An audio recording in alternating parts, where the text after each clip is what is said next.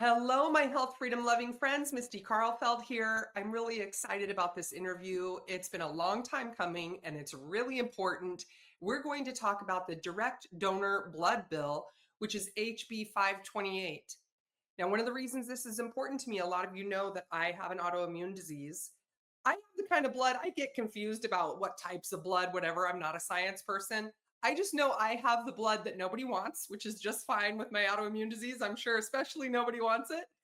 But my husband, Dr. Carlfeld, he has the kind that he can donate to me.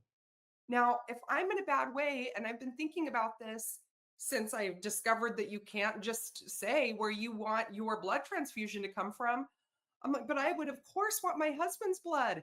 I know his daily habits. I know what I feed him, right? I know where he's been. And that's what I would want. I would absolutely want my own husband's blood. And I discovered that I don't really have a say in that when my cousin's son, my cousin who's more like a brother to me, who I adore, his son, baby, right out of the womb, needed heart surgery, and they couldn't choose what blood they wanted for their son should he need a transfusion from that heart surgery. And I just couldn't believe it. And of course, you think then, like, how would that impact me? I wouldn't have a say about what blood I would get. Literally, never considered it in my life until that happened to my cousin and his son. So then I started talking to Laura Demaray, who you're going to meet, and like, what do we do? How do we handle this? We had a meeting. Fast forward, now there's a bill. We have a wonderful representative who's carrying it. And we get to talk to Liz James, who started Blessed by His Blood. So here we go. Let's bring them on so that you can meet these wonderful, brave people. Hello, Liz. Hi there. How are you? Good. Thank you so much for joining us. I'm really looking forward to hearing about why and how you started Blessed by His Blood. But let's bring everybody on first. Laura, hi. Hi, thank you for having us. Oh, Laura is a health freedom warrior, no doubt. Has done a lot of great things behind the scenes y'all don't even know about. You don't even know. You don't know. And then Representative Bruce. Hi, Representative Bruce. Hey guys, how are you today? Good. I'm excited for you to share your story about why this bill is important to you. Yeah, thank you for having me. Oh my goodness. Thank you for joining us and your hard work. Okay, Liz, let's start with you. Tell us about Blessed by His Blood, why you started it. Why is it important? So, Blessed by His Blood is an organization that really its roots started in 2021. But I'm a pharmacist, and I quit my job in September of 2020 because I would not give the shot to anybody. So that's kind of the beginning of how everything came to pass. Fast forward, the Lord brought me in May of 21. He gave me a very strong directive. Literally, it said, "I need for you to protect the blood," and so that is literally where it started. And it's something that I felt like I probably wasn't the one doing this, and I fought that for about 5 months because blood was not my specialty. Pharma had been my specialty, as well as strong holistic care. But as that's another story for another day on because it's a long story about how everything came to pass. Ultimately, we started officially Blessed by His Blood in January of 2022. And what we do is we're a nonprofit cooperative. We're 100% nonprofit, and we match blood donors and recipients across the United States for people who need blood, who have chosen not to get involved with mRNA technology. But in addition to that, the Lord gave me another layer of that directive, and that was to go in and start protecting the right to direct donor blood. And that directive came in 2023 in January, before really anybody was working on legislation. And so I started working on it immediately in Texas, which is something we're still working on. I think Representative Bruce and I might have met in 2024, I think, when somehow we got connected, probably through Laura. Probably was. Yeah. And now we're working with 17 different states, different legislators in 17 different states to try to get this legislation passed, because it is incredibly important. And the deeper I've gone into understanding why blood is important, why direct donor blood is important, the more convicted I am about making sure that people have the right to choose. I mean, we should have the right to choose anything we want to go in our bodies. Right. That's right. Yeah. Yep, absolutely. And yes, I do. I totally believe Laura made the connection because she's like the great connector. It's her gift.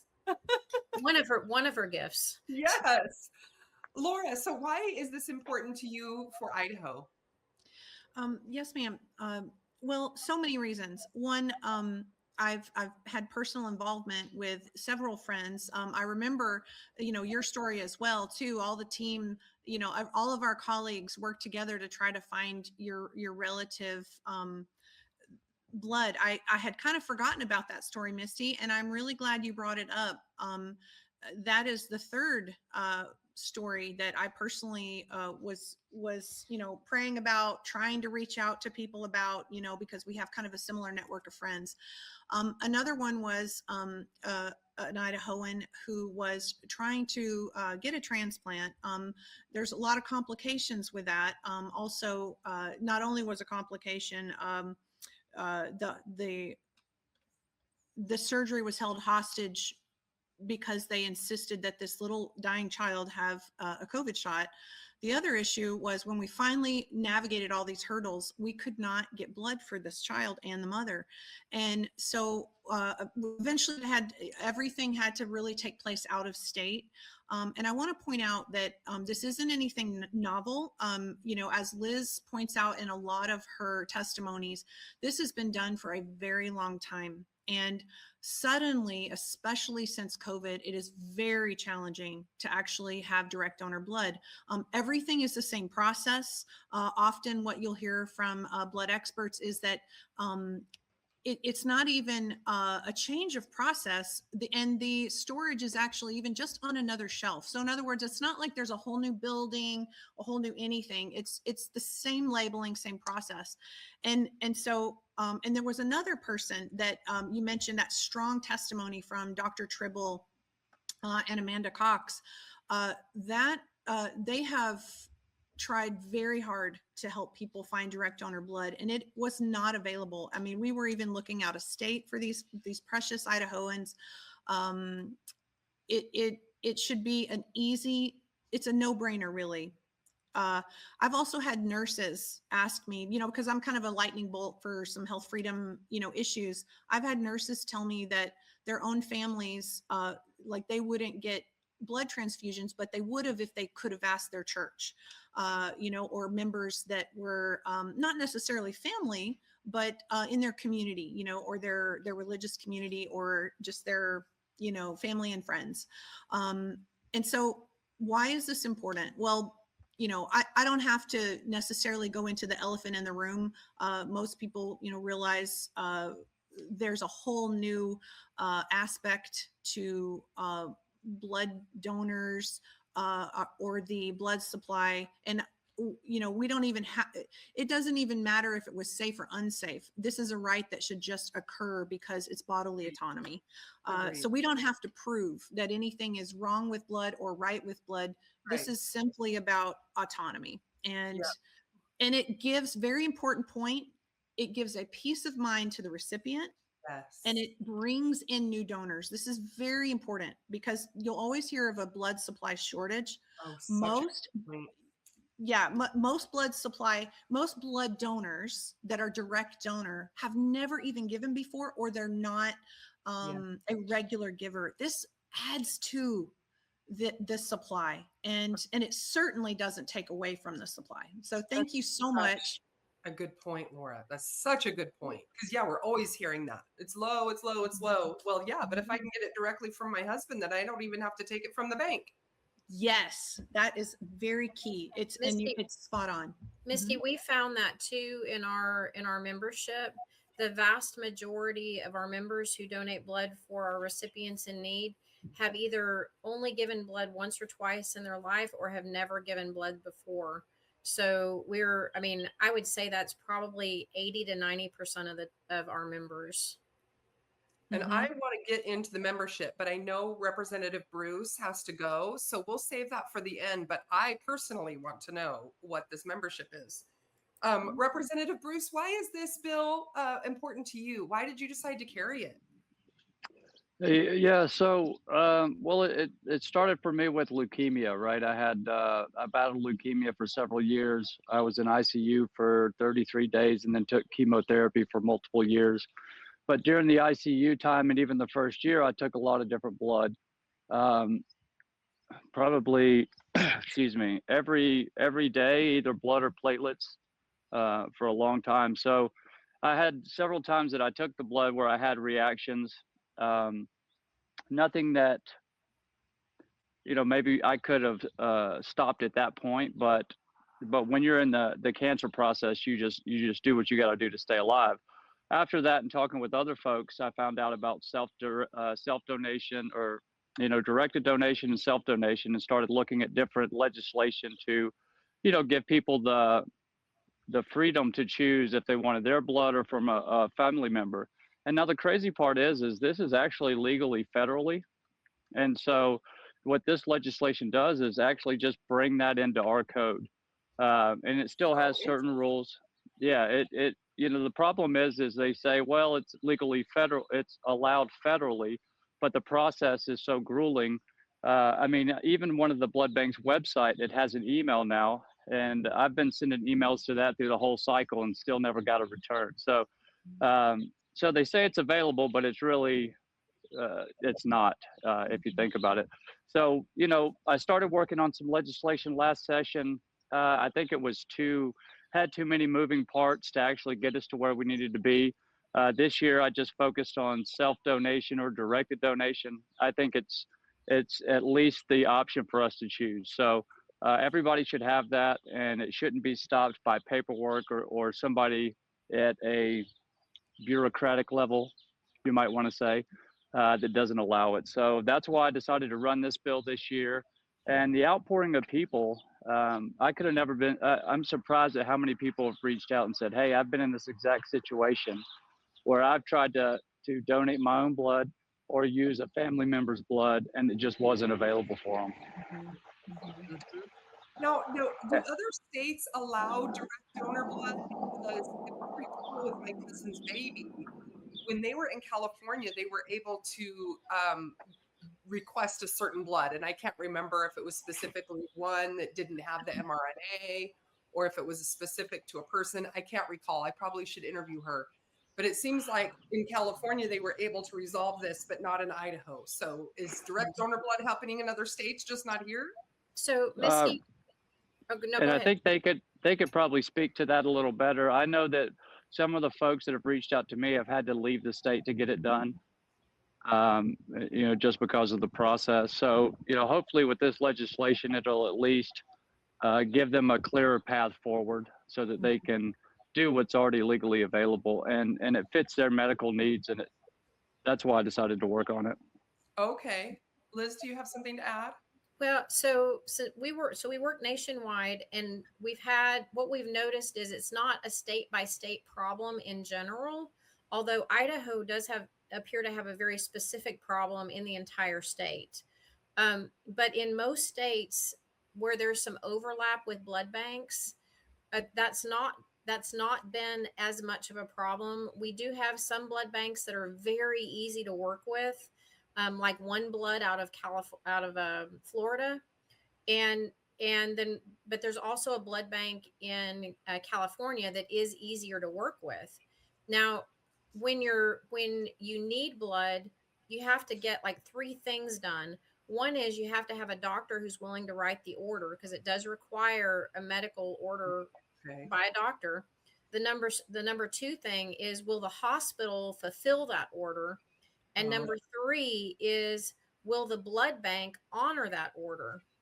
And so this is like a 3-step hurdle that you have to go through.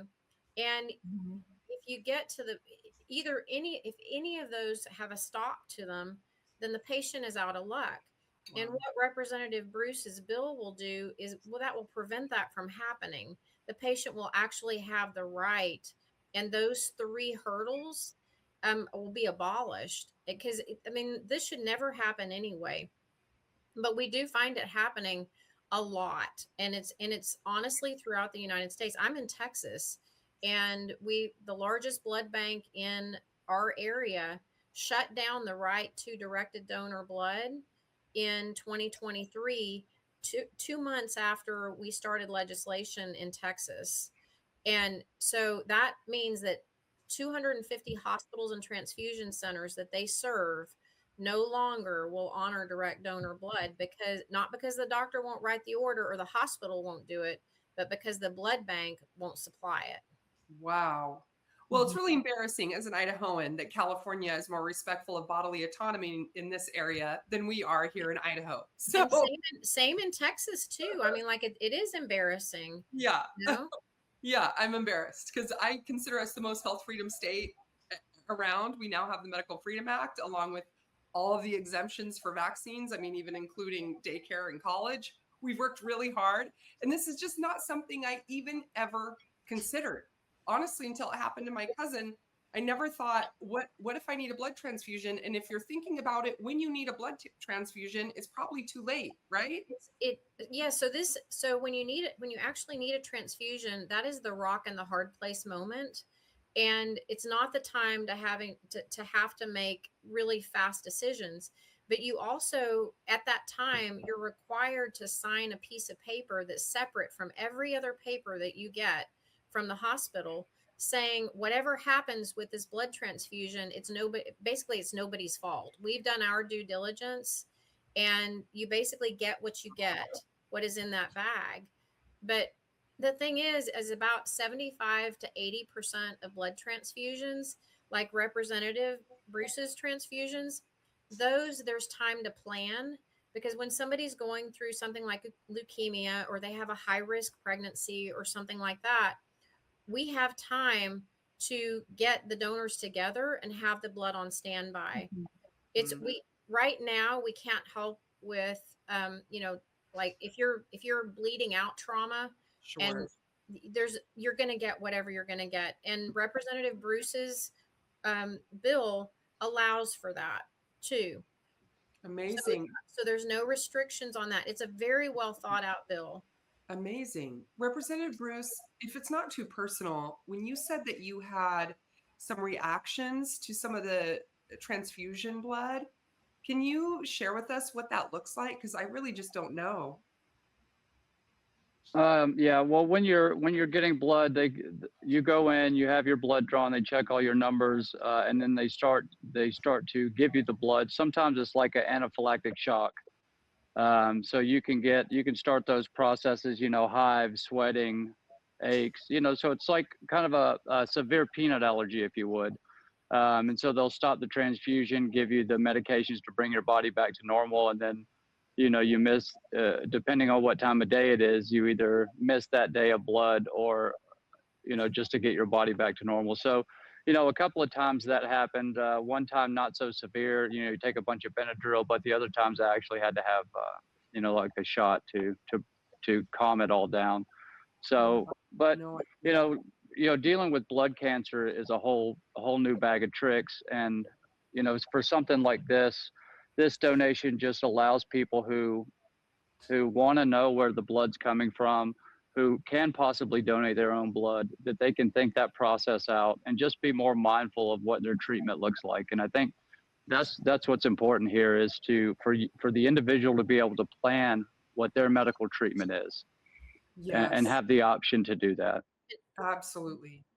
I would say too, in reference to the symptoms somebody might have or what the results might be, there is quite a bit of difference. And I'll just go from the 40,000-foot view. Is like, if you had the opportunity to have blood that was hemoglobin rich, which means oxygen carrying capacity rich.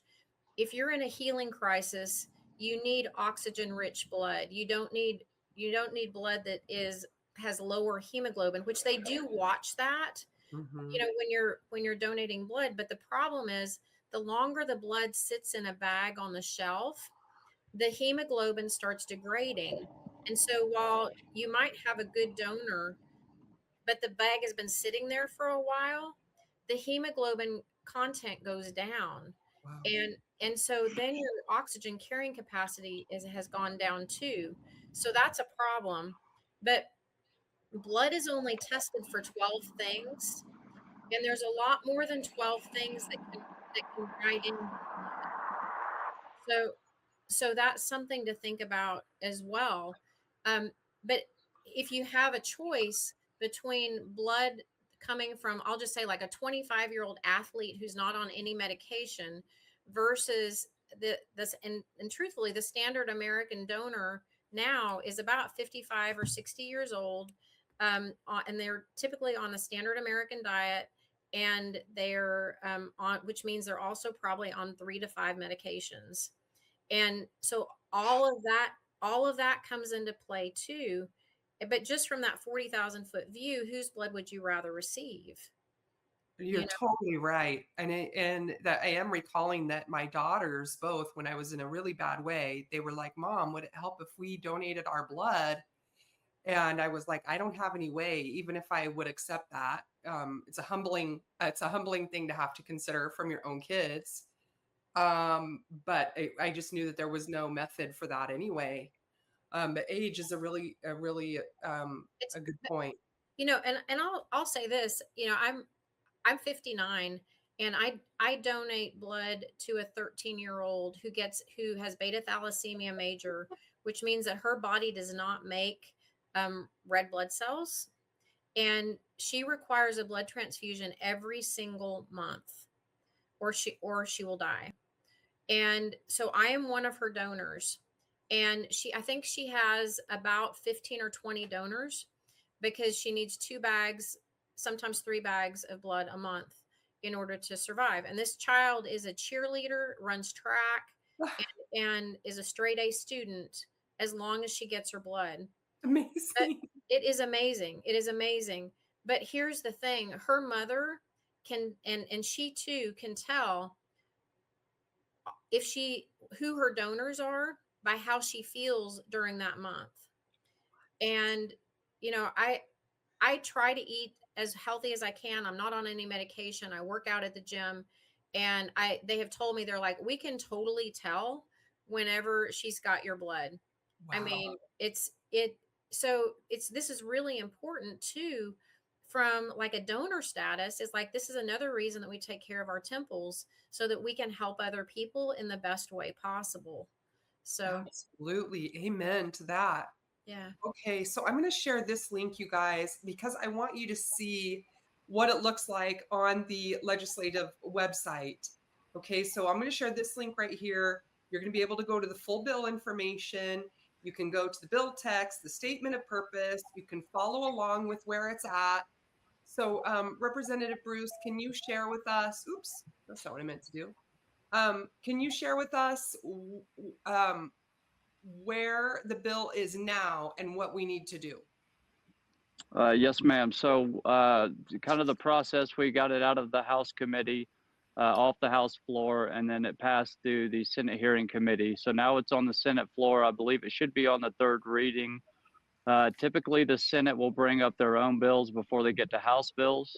Well, I guess it all depends on how kind of leadership, if they want to move bills up or down, they can.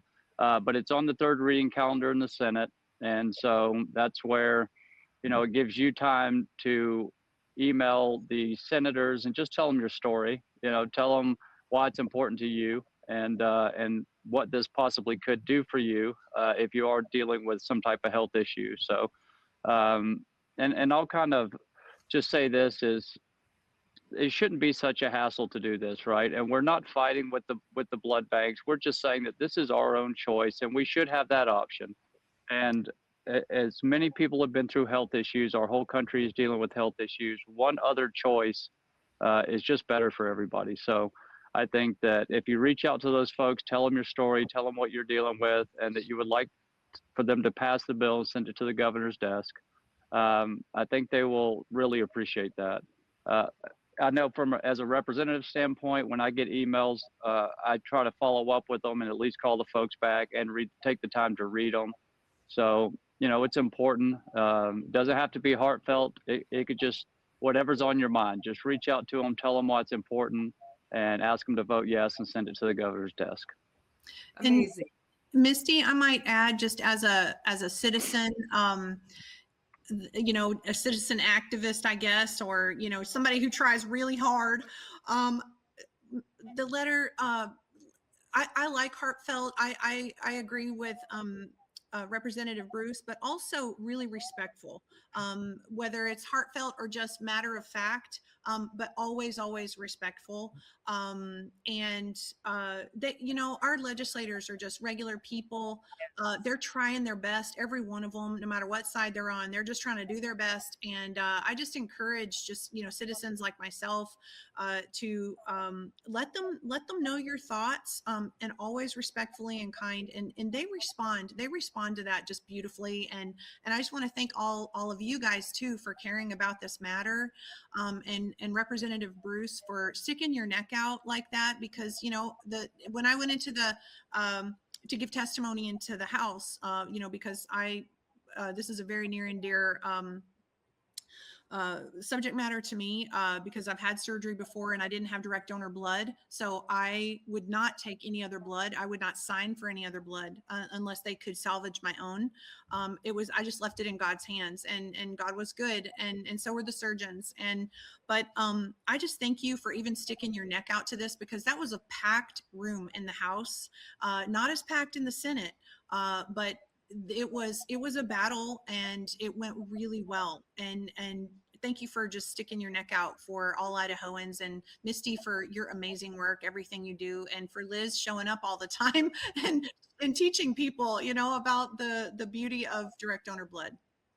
And Yeah, and I'll say too, it was a packed house in the House committee, and there's a lot of folks, mostly lobbyists or big business that wants to not see this bill passed. That's why it's important for us to reach out and at least let them know it's important to us to move it along. So, because even though some of the folks you don't see, not to say that everybody has their own argument on either side, but this should really be an easy bill to read, to look at. It doesn't. The argument I hear sometimes is it may be more dangerous for directed donation or self-donation, but all blood donation, when you're accepting blood, it all has its own risk with it. It doesn't matter where it comes from, whether it's their bank or your self-directed. And so that's why, folks who are dealing with these health issues know what they're dealing with. They know the risk involved, and this just gives them an option to choose. So thank you so much for allowing me to chat with you ladies. And I do appreciate everything you do. And you can tell everybody else I'm old school, so I answer the phone. I forward all my calls from my Capitol office to my cell. So if they want to chat with a little more, or shoot me an email and I can follow up, I'm always available. So thank you. Thank you so much, Representative Bruce. And you're welcome to bug out whenever. I know that your time was limited today. And we want to wrap this up pretty quickly too. But I wanted to say that one of the things that I recommend when you send an email is to put in the subject line, please pass HB 528, right? That way, if they don't have time to read your email, and don't be, disheartened if they don't have time to read it, they're really, really busy, but they do look at the subject line and they go, okay, well, we've gotten hundreds of please vote yes on HB 528. We just got to pass it. And everybody who's been an activist for very long knows that the Senate is where good bills go to die. So don't take for granted that this bill is like 3/4 of the way through and oh yeah, of course it's going to pass. No, it's at its most critical juncture right now at the Senate floor. Okay. So you're going to email the entire Senate. I will put a link below to the Health Freedom Idaho website where you can grab a group at a time. I think it's 7 emails so that it doesn't go into their junk. And so they're broken down into that many emails at a time. You're just going to copy and paste the emails. You're going to say, please vote yes on HB 528. You'll put your heartfelt experience or story or reasoning, and then you can send that off and then just do it again a few more times so you can tell the whole Senate that you want this bill. It's very important. I can't tell you how many times legislators will say to me, Misty, when you put out that call to action, we got hundreds of emails. Our phone was blowing up. And that's how they know that you want it. And it's an election year. So this is the perfect time to be like, listen, this is critical as far as election year goes. We're not going to vote for you again if we can't have our own directed blood. This is a crucial bill for us. Okay. I'm going to show you what this bill looks like, you guys. It's super easy. It's a one pager. It's not one of these 4-pagers that are overwhelming. You can read this bill. It's just a one pager. It's very clear, like Representative Bruce said. It's very clear language. It's very easy to understand. Let's see. So the other thing I wanted to show you guys is the FAQs on the Blessed by His Blood website. There's all kinds of information here. One of the things I guess you have to be a member to have access to is what I posted on Facebook, because they were so kind to give it to me. And there's this, why is legislation protecting the right to choose directed donor blood important? You can simply go to the Health Freedom Idaho Facebook page and screenshot those. And you can even add that to your email to the legislators so they have access to read that. The other thing that your email does is it gives them something they can read in debate on the Senate floor. We spend a lot of time drafting our calls to action, not just for you guys to take action, but for legislators on the floor or in committee to be able to go, okay, these are the facts that I am standing on and why I'm voting in favor of this bill. And for them to have that readily available right on their computers or phones is a blessing to them. So you're welcome to go to the Health Freedom Idaho Facebook page. And we need more followers, you guys, because this is a brand new Facebook page since we got booted out during COVID. And it took me a long time to give Mark Zuckerberg my devotion again, right? And start a Facebook page, which just really, it kind of just chops my hide. But I had to do it because I have to reach you and I have to be able to give calls to action so that you guys can reach out to legislators. I can't do live videos on this page until we have, I don't know what Mark dictated, a certain amount of followers. So until I get that many followers, Mark says I can't go live to my page. So if you could please go follow so I can go live to the Health Freedom Idaho page at events, I would really, really, really appreciate it.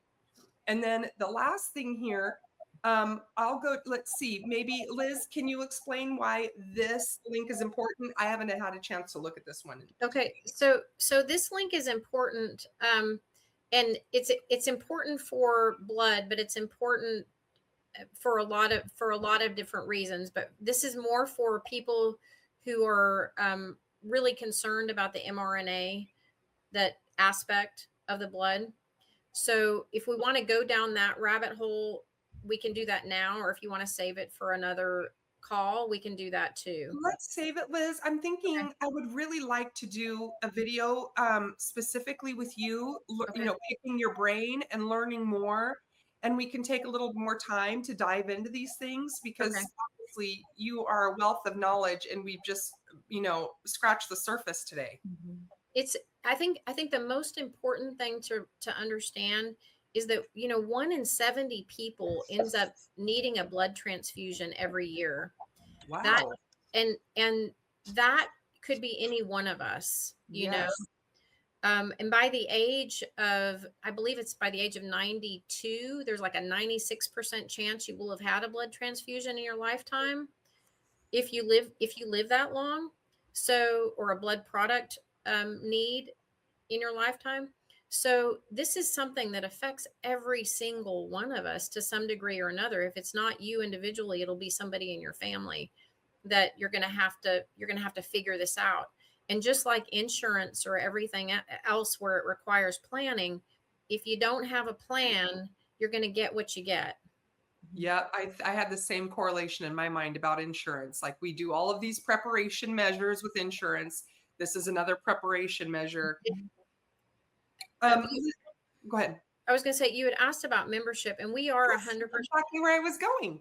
Yeah, we are 100% not for profit, but we do have to have a little bit of money coming in order so that we can have a website and we can make it to events and spread awareness and get to legislative needs in other states and that kind of thing. So our membership, we're a cooperative. We're not labeled as a 501c3 because we want every member to be a member owner in what we're doing. There's ownership here. Okay. And we're $25 a year for Okay. adults. That's not a month. It's $25 a year for adults, and kids under 18 are free, as are adult children with disabilities that will be living with somebody else for their lifetime. So, and as it turns out, we have about 75% of the people that we serve are high-risk birth moms and children. And then the other 25% are the cancer patients, the severely anemic, the open heart surgeries. We've done some brain surgeries, other types of surgeries where we've had blood on standby for people. We had a young man in Florida. Over the course of 8 months, we provided, I believe it was 47 units of blood for over the course of 8 months. A few years back. So what does it mean? So what does it mean to be a member? so being or something you get? Okay, so being a member is we're a cooperative, and so we help each other out. That's what we do as a cooperative. If you're a member and you are able to donate, you might get a phone call from us someday saying, "Hey, we've got a need in your area. Would you possibly be able to donate?"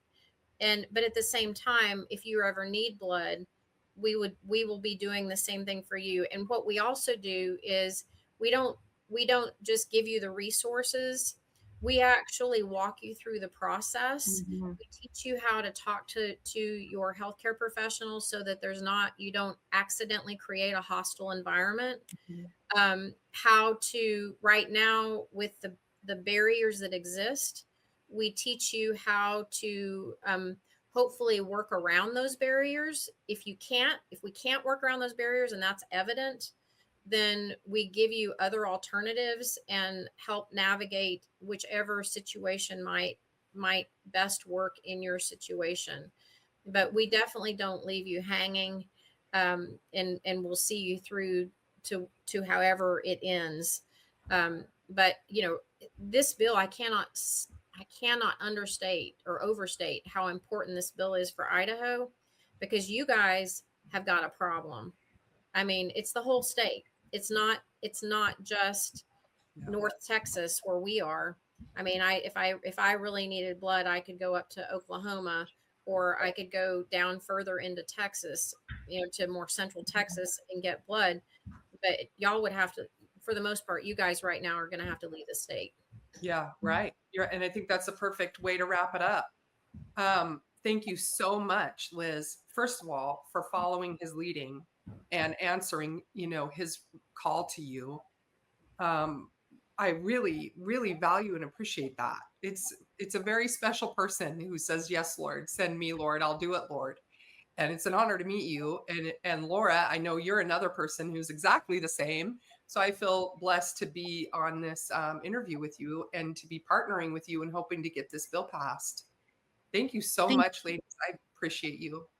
Thank you, Misty. Thanks for everything you do for just all Idahoans. And it also, this is, Idaho leads the way for so many bills and freedom-minded legislation. And that's, you're such a huge part of that, Misty. So thank you for having a heart for people. Oh, and for God. I'll say this too. I mean, this has been heart work. The legislative aspect has been heart work for me since 2023. And while in my heart, I wish that Texas would be the first, I am cheering for you guys so hard. And it would be amazing if Idaho is state number one, ground level, we did it. Because whatever happens now, it will trickle down throughout the United States. We're leading the way again. Yep. Every blurry and low vision sufferer must try this daily ritual that is leaving doctors speechless. If you wear glasses. Yes, I feel the exact same way about 2023. And while in my heart, I wish that Texas would be the first, I am cheering for you guys so hard. And it would be amazing if Idaho is state number one, you know, ground level. We did it, because whatever happens now, it happened. It will trickle down throughout the Yes. United States. We're leading the way again. Yep. Yep. Mhm. Yep. Yes, I feel the exact same way about the vaccine requirement for kids to go to school. Florida talked about wanting to remove that law, and we had already drafted our bill to remove the law in Idaho. And so I'm like, well, I want Idaho to be first, of course. But if Florida passes it, it's going to spread to the rest of the country. Right. And so, of course, I Mhm. want it to pass there. Yeah. So I know exactly what you mean. You're like, well, I want to be first, but also we just want it done. We And want it done. That's we right. want it done. Amen to that. Well, thank you again, ladies. God bless you. God bless you too. Thank you. Thank you, Liz. God And thank bless you, Becky. guys.